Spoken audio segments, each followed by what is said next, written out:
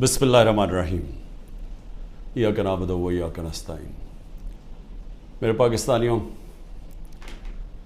ابن خلدون جو دنیا مانتی ہے کہ جو ماڈرن ہسٹری ہے، جو جس طرح ماڈرن تاریخ لکھی گئی، اس کو باپ مانتے ہیں کہ وہ سب سے پہلے اس نے تاریخ کو صحیح معنی میں لکھنا شروع کیا۔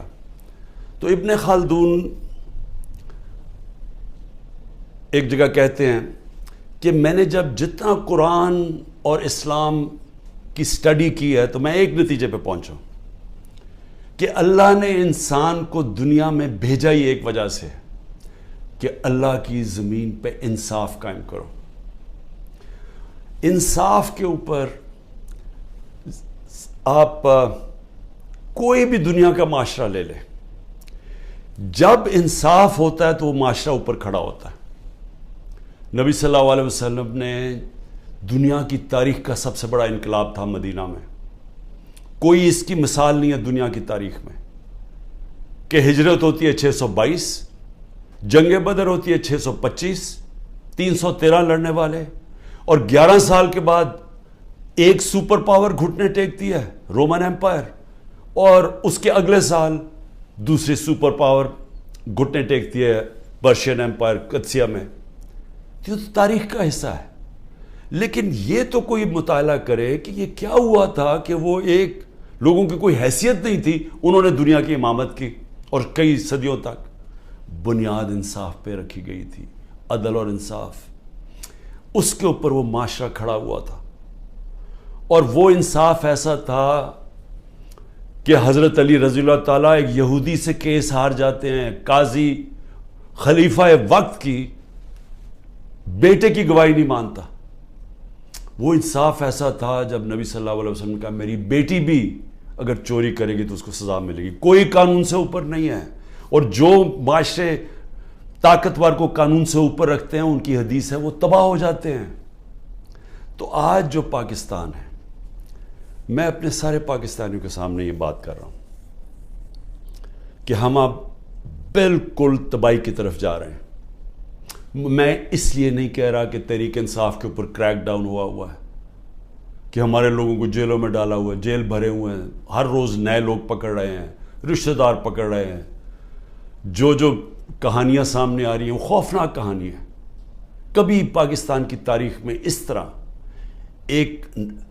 ایک ننگا ہو کے ایک طاقت نے اس طرح کا ظلم کیا ہوا اپنے لوگوں کے اوپر، کوئی اس کی مثال نہیں ہے۔ میں مشرف کے مارشل لاء میں اپوزیشن میں تھا، میں نے کبھی اس طرح کا ظلم نہیں دیکھا۔ تو یہ جو انصاف کی دھجیاں اڑائی گئی ہیں اور یہ طاقت کی حکمرانی، جنگل کا قانون قائم کیا گیا ہے، میں سب سے پہلے 2-3 چیزیں کہنا چاہتا ہوں، اور میں پھر اپنی ساری قوم کو یہ بتانا چاہتا ہوں کہ ہم جا کدھر رہے ہیں۔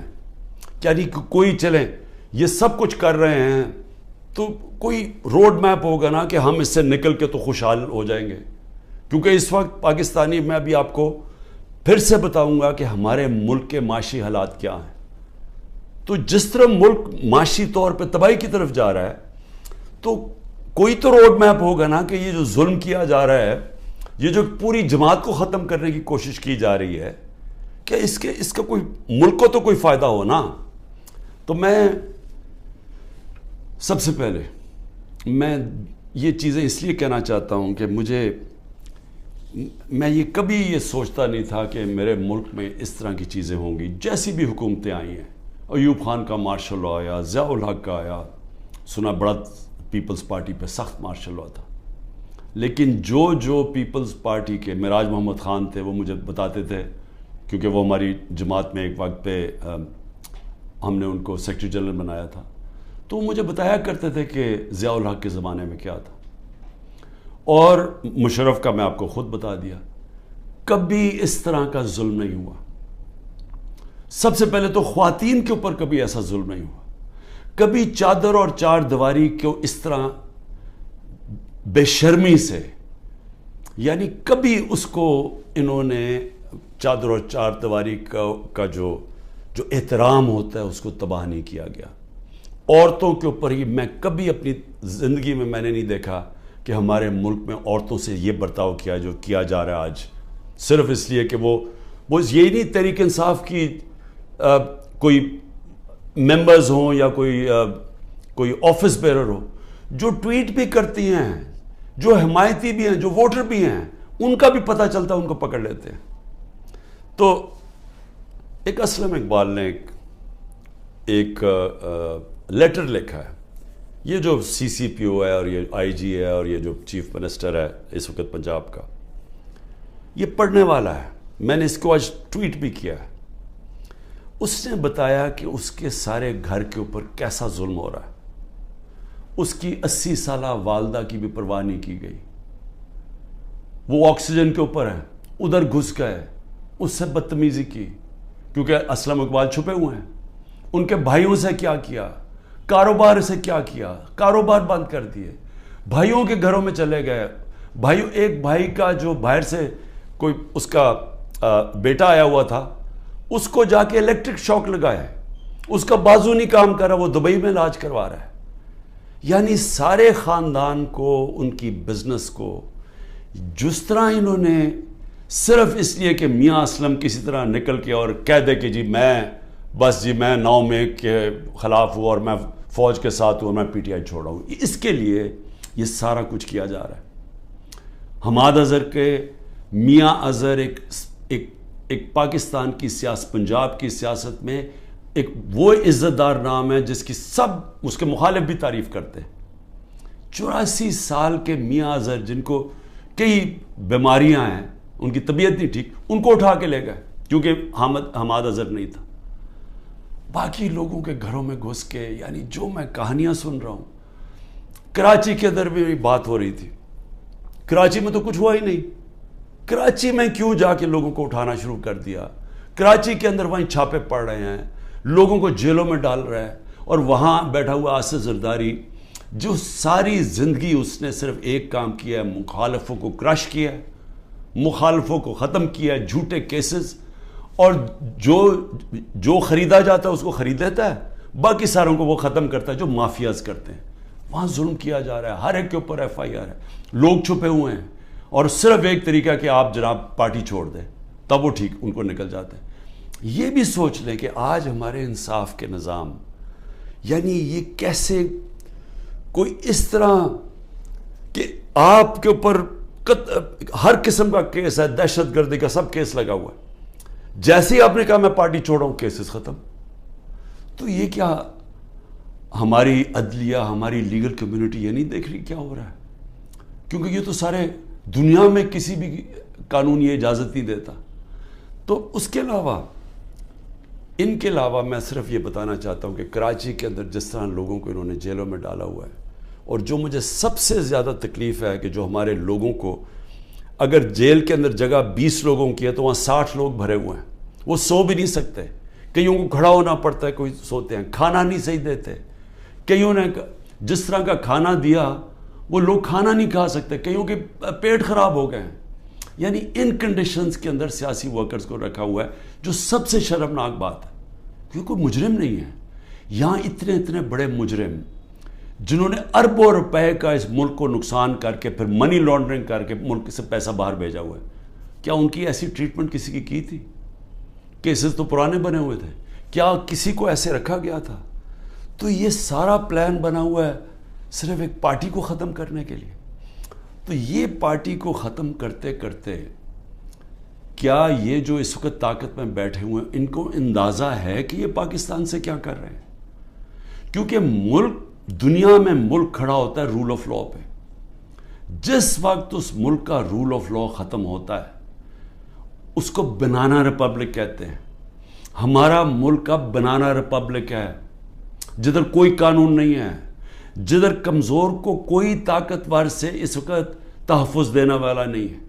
میں تو صرف سلام کرتا ہوں ان ججز کو کہ وہ سارے پریشر کے باوجود آج وہ پھر بھی کھڑے ہیں، لیکن پوری طرح پریشر ڈالا ہوا ہے ججز کے اوپر۔ اور میں پھر سے بتاؤں کہ اس طرح کا کوئی نیچے نہیں گرتا، ان کی فائلیں بنائی ہوئی ہیں، کوئی ہر کس بلیک میل کرنے کے لیے کہ جی آپ کی ہمیں بچوں پہ آ گئے ہیں، گھروں پہ آ گئے ہیں، خواتین کے اوپر آ گئے ہیں۔ میں نے ایک بتایا بھی کہ ایک ہمارے ممبر نے چھوڑی پارٹی تو اس نے کہا جی میں یہ برداشت نہیں کر سکتا، اب تک تو میری بزنس پہ تھا، اب میرے گھر پہ پہنچ گئے، ہماری عورتوں پہ پہنچ گئے، میں نہیں برداشت کر سکتا۔ تو اس لیول کے اوپر اس وقت اس ملک میں ظلم ہو رہا ہے۔ میں صرف یہ بتا دوں کہ یہ جو کلیکٹو پنشمنٹ ہے، یعنی آپ ایک فرد کو پکڑنے جا رہے ہیں، اس نے کوئی جرم بھی کیا ہو، تو کوئی دنیا کا قانون اجازت نہیں دیتا کہ جو باقی اس کے رشتہ داروں کو اٹھا لیں۔ یہ کلیکٹو پنشمنٹ آج کل کے دور میں صرف ایک ملک میں ہے، اسرائیل میں، اور وہ کس سے کرتے ہیں؟ وہ فلسطینیوں سے کرتے ہیں، اپنے لوگوں سے نہیں کرتے ہیں، اسرائیلیوں سے نہیں کرتے، وہ فلسطینیوں سے یہ کرتے ہیں۔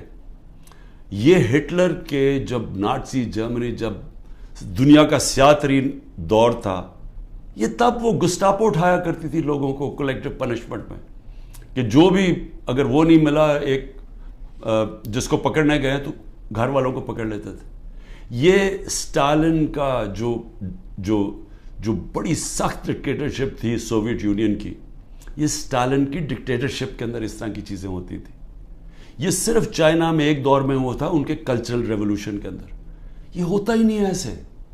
یہ کوئی دنیا کا انصاف کا نظام کلیکٹو پنشمنٹ کی اجازت نہیں دیتا، جو آج پاکستان سے ہو رہی ہے۔ لیکن یہ اب ہو کیا رہا ہے؟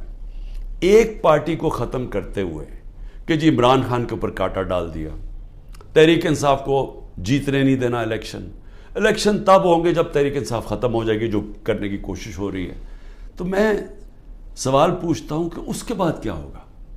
میری صرف جو طاقت میں بیٹھے ان سے سوال یہ ہے کہ اس کے بعد کیا ہوگا؟ اگر یہ سارے کام کر کے ملک کے قانون اور عدلیہ کی ساری کریڈیبلٹی ختم کر کے، انصاف کا نظام ختم کر کے، الیکشن کمیشن کی کریڈیبلٹی تو پہلے ہی ختم ہوئی تھی، اس کو جو استعمال کر رہے ہیں صرف ایک پارٹی کو ختم کرنے کے لیے، ایف آئی اے، وہ جس کو پکڑنا تھا، جس کے 16 ارب روپے کے پرائم منسٹر یہ شہباز شریف کے کیسز تھے، وہ تو ختم ہو گئے ہیں، لیکن تحریک انصاف کو ختم کرنے کے لیے وہ ایف آئی اے لگی ہوئی ہے، کوئی کریڈیبلٹی نہیں ہے۔ نیب کو صرف ایک مقصد سے لگایا ہوا ہے، کچھ ڈھونڈو اس کے اوپر، عمران خان کے اوپر، لوگوں کے اوپر، تاکہ کسی طرح ان کو ختم کیا جائے اور باقیوں کو کہو کہ پارٹی چھوڑ دیں۔ ان اداروں کی ساری کریڈیبلٹی ختم ہو چکی ہے۔ میڈیا نے بھی، اور جس طرح عدلیہ نے، یہ ایک پروسیس تھا، ایک جدوجہد کر کے ایک وکلا موومنٹ شروع ہوئی تھی 2007 میں، جس کی جدوجہد میں عدلیہ آزاد ہوئی تھی، اور لوگوں کو اعتماد تھا کہ اگر حکومت ہمارے پہ ظلم کرے گی تو عدلیہ کھڑی ہے راستے میں۔ وہ ختم ہوا ہے، اس کو سارا دن بدن اس کو ختم کرتے جا رہے ہیں کہ لوگوں کا اعتماد ہی اٹھ رہا ہے۔ ہماری پارٹی کا تو اعتماد ہی اٹھ گیا ہے کہ لوگوں کو نکلتے ہیں، جج آرڈر بھی کرتا ہے، کوئی سنتا ہی نہیں ہے جج کی۔ مجھے یہ بتائیں کہ میں نے آئین کو سامنے رکھتے ہوئے میں نے تب یہ فیصلہ کیا کہ ہم یہ پنجاب کی گورنمنٹ نہیں چلا سکتے، یہ گرانے کی کوشش کر رہے تھے، تو ہمارے پاس تو ایک کی میجورٹی سے گورنمنٹ ہماری بچی ہوئی تھی، ہم تو کام کر ہی نہیں سکتے تھے، سارا وقت کوشش ہو رہی تھی گورنمنٹ گرانے کے لیے، پیسہ چل رہا تھا، اوپر سے نامعلوم افراد پورا زور لگا رہے تھے گورنمنٹ گرانے کے لیے۔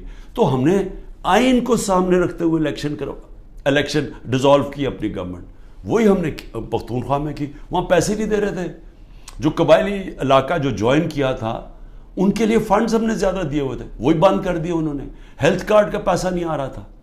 تو جب ہم نے سوچا کہ ہم گورنمنٹ ہی نہیں چلا سکتے، ہم نے آئین کے مطابق، دنیا کی پارلیمنٹری ڈیموکریسی کی روایت کے مطابق، آئین کے مطابق ہم نے اپنی گورنمنٹ ڈیزالو کر دی۔ 90 دن میں الیکشن ہونا تھا، ہمیں تو کوئی الیکشن ہی نہیں ملا۔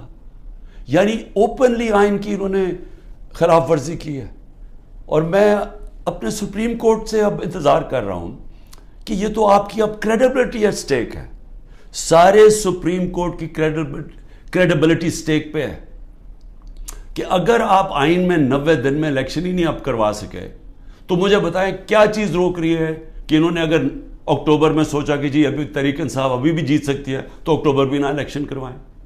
یہ تو سارا پاکستان کا جس کے اوپر بیس ہوتی ہے، دیکھیں جمہوریت بیس ہوتی ہے آئین کے اوپر، آئین کے مطابق قانون بنتے ہیں، تو جب ایک دفعہ آئین کی ختم ہو گئی، سپریم کورٹ کی ورڈکٹس کی پرواہ نہیں ہوئی، تو وہ بن جاتی ہے بنانا ریپبلک، اور بنانا ریپبلک کا کوئی مستقبل نہیں ہوتا جو میں اب یہ آپ کو بتانے لگا ہوں معاشی طور پہ. اور پھر میڈیا، اور میڈیا کا بھی ایک 20 سال کا سفر تھا. اس سے پہلے تو میڈیا بند تھا.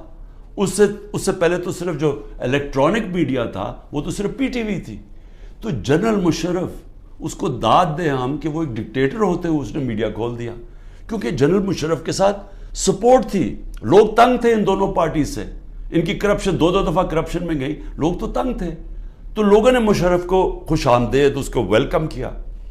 مشرف نے میڈیا کھول دیا، الیکٹرانک میڈیا. اور وہ پھر الیکٹرانک میڈیا نے شعور پیدا کیا پبلک کے اندر. میری پارٹی بنی کیونکہ مجھے موقع مل گیا الیکٹرانک میڈیا پہ جانے کے لیے، نہیں تو 2 پارٹی سسٹم ہے، تیسری پارٹی تو نہیں آتی. اب وہ سارا جو میڈیا کا ایک پورا ایک سفر طے کر کے یہاں پہنچے تھے وہ زیرو ہو گیا. ایک حکم ملا ہے کہ عمران خان کا آپ نے نام نہیں دکھانا. یعنی جو سب سے بڑی پولیٹیکل پارٹی ہے، جس لیڈر کے اوپر اس وقت سب سے زیادہ پبلک اوپینین میں سپورٹ ہے، اس کو غائب کر دیا. تو دکھانا کیا پھر میڈیا پہ؟ اور پھر صحافی چپ کر کے. یعنی میں آج دیکھنا چاہتا تھا کہ کتنے میں دم ہے. کیا واقعی آپ آزادی رائے اور آزادی میڈیا کے ساتھ کھڑے تھے، یا آپ کو کتنوں کو صرف یہ آزادی رائے کے پیچھے چھپ کے ایجنڈاز کے اوپر کام کر رہے تھے، اور مالکان کے جو ایجنڈاز ہیں ان کے اوپر کام کر رہے تھے، اور مالکان ان سے فائدہ اٹھاتے ہیں. ان کو اتنا فائدہ اس سے نہیں ہوتا جو چینل سے ملتا ہے، ان کو جو بزنسز میں فائدہ ہوتا ہے. تو کتنے صحافی تھے جو ان ایجنڈاز پہ چل رہے تھے. اللہ کا کرم یہ ہے کہ دودھ کا دودھ پانی کا پانی ہو رہا ہے. اس مشکل وقت میں لوگوں کا پتہ چلتا جا رہا ہے، اور میڈیا کی پوری سمجھ آنی شروع ہو گئی ہے کہ میڈیا کدھر کھڑا ہے. اور لوگ سارے سوشل میڈیا پہ چلے گئے ہیں، اور سوشل میڈیا سے اب انفارمیشن لے رہے ہیں، کیونکہ اس قوم کو تو پتہ چل گیا کہ میڈیا اب سینسر ہو گیا بالکل. اور اس کے بعد جو اگلی بات کرتا ہوں کہ اب اس کے بعد ہماری اکانومی آ گئی، ہماری جمہوریت بھی ختم، جمہوری ادارے بھی ختم، صرف ایک پارٹی کو باہر رکھنے. لیکن جو سب سے بڑا اس وقت جو ملک کو خطرہ ہے وہ تو ہماری معیشت کا ہے. اکانومی ہماری بیٹھ گئی ہے. میں صرف پھر سے اپنی قوم کو بتانا چاہتا ہوں کہ اس وقت اکانومی کا حال کیا ہے. ہم جب چھوڑ کے گئے تھے 6.1% پہ ہماری اکانومی بڑھ رہی تھی، یعنی دولت میں اضافہ ہو رہا تھا ملک میں. اور میں پھر یہ کہوں کہ یہ پاکستان کی تاریخ میں پہلی دفعہ امریکی ڈالرز نہ آنے کے، جو کہ ایوب خان کے دور میں آئے، ضیاء کے دور میں آئے، مشرف کے دور میں آئے، تب گروتھ ریٹ اوپر تھی. یہ پہلی دفعہ ہے کہ 2 سال ہماری ایوریج 6% پہ اکانومی کو کوئی باہر سے ڈالر نہیں آ رہے تھے. آل راؤنڈ انڈسٹری اچھا کر رہی تھی، زراعت اچھا کر رہی تھی، سروسز میں اضافہ ہو رہا تھا. تو ملک جب اوپر جا رہا تھا 6% پہ، ادھر سے سازش کر کے ایک آدمی نے بند کمرے میں فیصلہ کر کے گورنمنٹ کرائی.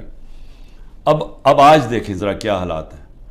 پاکستان کی 6.1% سے آج ہماری گروتھ ریٹ یعنی اکانومی میں جو اضافہ ہے وہ پہنچ گئی ہے 0.3 پہ. انڈیا اس وقت 7.2% پہ بڑھ رہی ہے، آگے گروتھ ریٹ آگے. بنگلہ دیش 5.5% پہ بڑھ رہی ہے، اور ہم 0.3 پہ پہنچ چکے ہیں. ایک سال کے اندر ہمارا جو ملک کا جو ایکسپورٹس ہیں، دیکھیں نا، جب تک آمدنی آتی ہے ڈالر سے تو ہماری ایکسپورٹ تو ہر سال بڑھ رہی تھی. اس وقت اور ایکسپورٹس یعنی ڈالرز اندر آتے ہیں جب چیزیں بیچتے ہیں، 13.6% پہ ایکسپورٹس گری ہیں ایک سال میں. اور جو دوسری چیز ڈالرز اندر آتے ہیں ریمیٹنسز سے، وہ 13% پہ گری ہیں ریمیٹنسز. ان کا ملا کے اور پھر جو انویسٹمنٹ ہے، جو باہر سے انویسٹمنٹ آتی ہے، ڈالرز آتے ہیں نا، وہ 90% گر گئے ہیں. ایک سال میں 90% انویسٹمنٹ گر گئی ہے. اور ہمارا جو روشن ڈیجیٹل ہم نے اکاؤنٹ کھولا تھا، جو 1.5 سال میں $5 ارب پہ پہنچ گیا تھا، وہ آج اس میں پیسے نکال رہے ہیں لوگ. یعنی کہ جو بیرون ملک پاکستانی ہمارا سب سے بڑا احساسہ ہے، وہ اعتماد کھو بیٹھا ہے اس گورنمنٹ پہ. تو جب ٹوٹل ہمارا ہم نے کتنا ایک سال کے اندر نقصان کتنا ہوا ہے انویسٹمنٹ میں اور اس پہ انویسٹمنٹ پہ اور ریمیٹنس اور ایکسپورٹس پہ 7 ارب ڈالر. تو آئی ایم ایف کے پاس 6 ارب ڈالر ہم مانگ رہے ہیں یا 7 ارب ڈالر کا ملکی آمدنی میں کمی آ چکی ہے. پھر آگے چلیں. اس وقت جو پاکستان کا قرضہ ہے پچھلے 12 مہینے میں پاکستان نے تقریباً 15,000 ارب روپے کا قرضہ لیا ہے. اب یہ یاد رکھیں 15,000 ارب کا قرضہ 12 مہینے میں. ہماری حکومت جو پہلے ہی مشکل وقت میں آئی تھی کیونکہ سب سے بڑا خسارہ بیرونی خسارہ چھوڑ کے گئے تھے.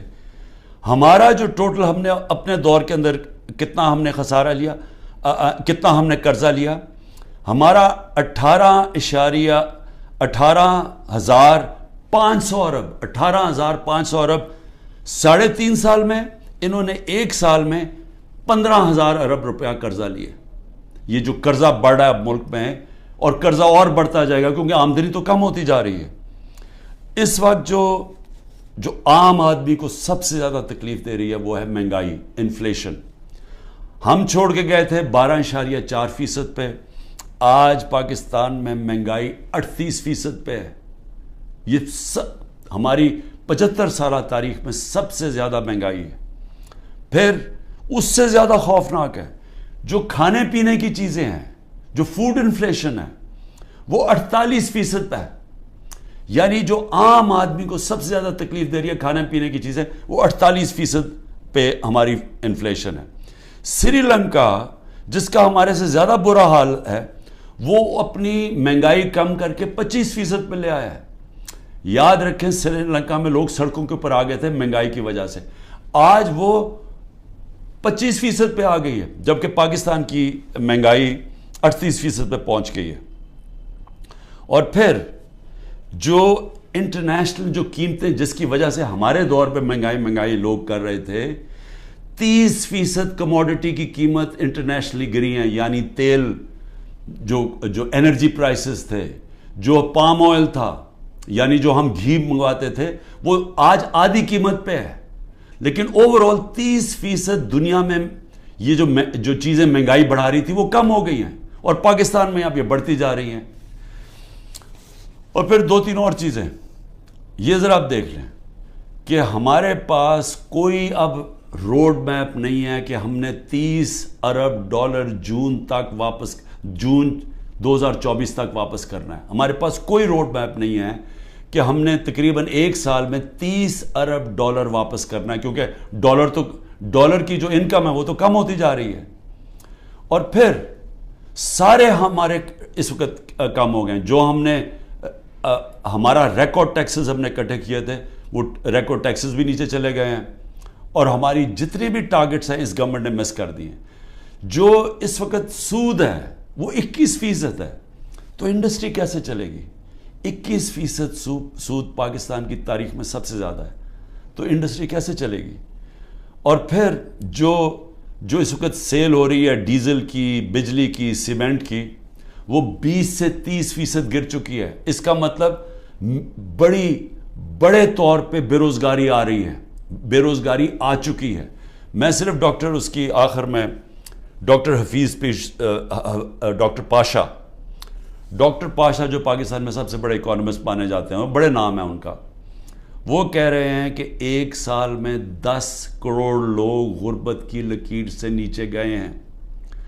اور وہ کہتے ہیں کہ 75 سالہ پاکستان کی تاریخ میں یہ سب سے برے حالات ہیں. تو میں اب پوچھتا ہوں کہ یہ لوگ جو کوشش ساری کی جا رہی ہے تحریک انصاف کو ہٹانے کی وہ انہی لوگوں کو تو واپس لانے کی کوشش کی جا رہی ہے.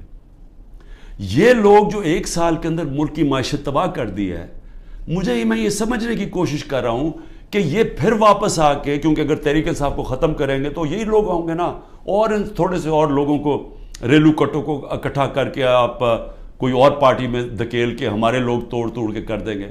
تو چلیں یہی سوچ لیں کہ تحریک انصاف ختم ہو گئی تو پھر یہی لوگ واپس آئیں گے. میرا سوال یہ ہے کہ یہ لوگ آ کے پھر کیا کریں گے کہ اگر انہوں نے 1 سال میں ہماری معیشت کا بیڑا غرق کر کے رکھ دیا ہے خود تو ان کو فرق ہی نہیں پڑا یاد رکھیں ان کے پیسے ملک سے باہر پڑے ہیں، ان کے ڈالروں میں پیسے باہر پڑے ہوئے ہیں. یہ جو ملک نیچے جا رہا ہے، یہ جو مہنگائی ہو رہی ہے، یہ جو روپیہ گر رہا ہے، اس کی وجہ سے جو مہنگائی اور غربت آ رہی ہے، ان کو کوئی فرق نہیں پڑ رہا. میں یہ آج کہتا ہوں کہ جتنے بھی لوگ آج یہاں اوپر ہمارے ملک کے فیصلے کر رہے ہیں، ان کو کوئی فکر نہیں ہے پاکستان کی، کیونکہ ان کے پیسے ملک سے باہر پڑے ہیں. اگر ان کے ملک سے باہر پیسے پڑے ہیں، ان کو کوئی فرق نہیں پڑا. ان کو جب وقت آئے گا، مشکل وقت آیا، میں آج آپ کو لکھ کے دے رہا ہوں، ان سب نے ملک سے باہر بھاگ جانا ہے. کم از کم جو اسٹیبلشمنٹ ہے ایک کام تو کرے نا. ان سب جو یہاں آج فیصلے کر رہے ہیں، ایک کام کرے کہ ان سب کو ای سی ایل پہ ڈالے، اور ای سی ایل پہ تب تک ڈالے جب تک الیکشن نہیں ہو سکتا. کیونکہ اگر انہوں نے، ان کا سٹیک ہی پاکستان میں نہیں ہے، تو ان کو تو کوئی فرق نہیں پڑنے لگا. ملک بیٹھ رہا ہے، ان کو تو ان کے جب ڈالرز میں پیسے پڑے ہیں، روپیہ گر رہا ہے، ان کی تو دولت کو کوئی فرق نہیں پڑ رہا. لیکن پاکستانی تباہی کی طرف جا رہے ہیں. اور میں آج آپ کو اپنا آخر میں یہ بھی بتا دوں کہ یہ ملک ٹھیک ہوگا کیسے، اس دلدل میں سے نکلے گا کیسے. صرف ایک طرح نکلے گا کہ ہم اپنے اوورسیز پاکستانی، 10 کروڑ باہر پاکستانی بیٹھا. میں پھر سے آپ کو بتا دوں کہ صرف امریکہ کے اندر جو 16,000 پاکستانی امریکن ڈاکٹرز ہیں، ان کی جو سالانہ ان کی جو ویلتھ ہے وہ $200 ارب ہے. صرف 16,000 کی. جو ٹاپ اس وقت 10 پاکستان کے بزنس مین ہیں امریکہ میں، ان کی ورتھ $25 ارب ہے. اگر ہم نے کسی وقت بھی باہر سے اپنا جو اوورسیز پاکستان نے سرمایہ کاری کرنی شروع کر دی، وہی بچائے گا پاکستان کو. جب چائنا نے اور انڈیا نے جب اپنی اکانومی کھولی تو سب سے پہلے سرمایہ کاری اوورسیز چائنیز اور اوورسیز انڈینز نے کی. ہماری بھی جو سرمایہ کاری اور فیوچر ہے وہ شارٹ ٹرم میں اپنے اوورسیز پاکستانیز کے ہاتھ میں. وہ اوورسیز پاکستانی نہیں آئیں گے. یہ جو حرکتیں کی جا رہی ہیں وہ لوگ چھوڑ کے جا رہے ہیں. یہاں سے لوگ پیسہ باہر لے کے جا رہے ہیں. اس وقت جو ہمارے پروفیشنلز ہیں وہ چھوڑ کے جا رہے ہیں. قیمتی پروفیشنل جن کے اوپر سرمایہ کاری کر کے، ان کو ٹریننگ دے کے، جن کے پاس ہنر ہے، ان کے لیے تو دروازے کھلے ہیں دنیا کے. وہ تو کہیں بھی جا سکتے ہیں دنیا میں. وہ چھوڑ کے جا رہے ہیں، جب ہمارا سرمایہ ملک سے باہر جا رہا ہے، ڈالرز ملک سے باہر جا رہے ہیں، تو یہ ساری حرکتیں اور اس وجہ سے ہے کہ اوپر تو پہلے چور مسلط کر دیے. مجھے بتائیں کون ملک سے باہر سے پیسہ لے کے آئے گا اوورسیز پاکستانی، جب وہ دیکھے گا کہ شہباز شریف اور شریف خاندان اور زرداری خاندان ان کے پیسے باہر پڑے ہوئے ہیں؟ کون لے کے آئے گا پاکستان؟ جب ان کو اعتماد پاکستان کی اکانومی میں نہیں ہے تو وہ ان کو کیسے اعتماد آئے گا پاکستان کی اکانومی میں؟ تو کدھر سے آئے گا پیسہ؟ تو شارٹ ٹرم میں تو آنا ہے باہر سے اوورسیز پاکستانی کا پیسہ. اوورسیز پاکستانی پیسہ تب لے کے آئے گا جب رول آف لا قائم کریں گے، جو آج ختم کیا جا رہا ہے، جس کی قبر کھودی جا رہی ہے. جب تک جسٹس سسٹم میں، ہمارے جسٹس سسٹم میں انویسٹر کو، سرمایہ کار کو اعتماد نہیں ہوگا، پیسہ نہیں آنے لگا. اور جب تک اس ملک میں پیسہ نہیں آئے گا، اپنے ڈالرز نہیں آئیں گے. ہم یہ جو $30 ارب ہم نے ایک سال میں دینا ہے، ہم کدھر سے دیں گے؟ ہم تو اور ڈالرز لے رہے ہیں. ہم تو اس وقت IMF سے اور قرضے مانگ رہے ہیں. ہمارے پاس تو سکت ہی نہیں ہے پیسے دینے کی. تو اس لیے میں ان سب سے پوچھتا ہوں جو تحریک انصاف کو ختم کر رہے ہیں اور کرنے کی کوشش کر رہے ہیں، ان کو یہ سمجھنا چاہیے کہ ان کے پاس تو اور کوئی روڈ میپ ہی نہیں ہے. وہ تو تباہی کی طرف لے کے جا رہے ہیں. جو ان کے پاس تو کوئی سلوشن ہی نہیں ہے، اس کا مسئلے کے حل ہی نہیں ہے. ان کا مسئلے کا حل صرف ایک نظر آ رہا ہے کہ تحریک انصاف اور عمران خان کے اوپر کانٹا ڈال جائے، یا وہ تحریک انصاف اور عمران خان کے بغیر. لیکن میں پھر آخر میں یہ کہنا چاہتا ہوں، یہ کبھی ہو ہی نہیں سکتا. اگر ملک کی سب سے بڑی جماعت جس کا پاس سب سے بڑا ووٹ بینک ہے، آپ جب اس کو جس طرح ختم کر رہے ہیں، آپ پاکستان کی جمہوریت ختم کر رہے ہیں. اور پاکستان کی جمہوریت ختم کرنے کا مطلب آپ مستقبل ختم کر رہے ہیں، آپ آزادی ختم کر رہے ہیں اس ملک کی. آپ لوگوں کو غلام بنا رہے ہیں. یہ جو سارے حربے استعمال کر رہے ہیں یہ اسرائیل غلاموں کے اوپر فلسطینوں کو غلام بنا کے تو یہ حربے استعمال کرتی ہے. یہ کشمیر کے اندر مقبوضہ کشمیر میں ہندوستان کشمیریوں پہ کر رہی ہے یہ چیزیں. یہ اپنے لوگوں پہ کوئی ایسا نہیں کرتا ظلم. اور سب سے بڑی پارٹی کو جب آپ ختم کر رہے ہیں تو پھر سے میں آپ کو کہوں کہ جو آپ کو حربے استعمال کر رہے ہیں اور کرنے پڑیں گے آگے اور کرنے پڑیں گے کیونکہ سب سے بڑا ووٹ بینک ہے وہ کدھر سے ختم ہوگا.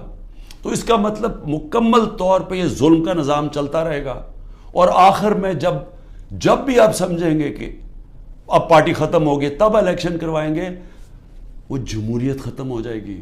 مجیب الرحمان کو جب انہوں نے اس کے خلاف کریک ڈاؤن کیا ہم نے پاکستانیوں نے کریک ڈاؤن کیا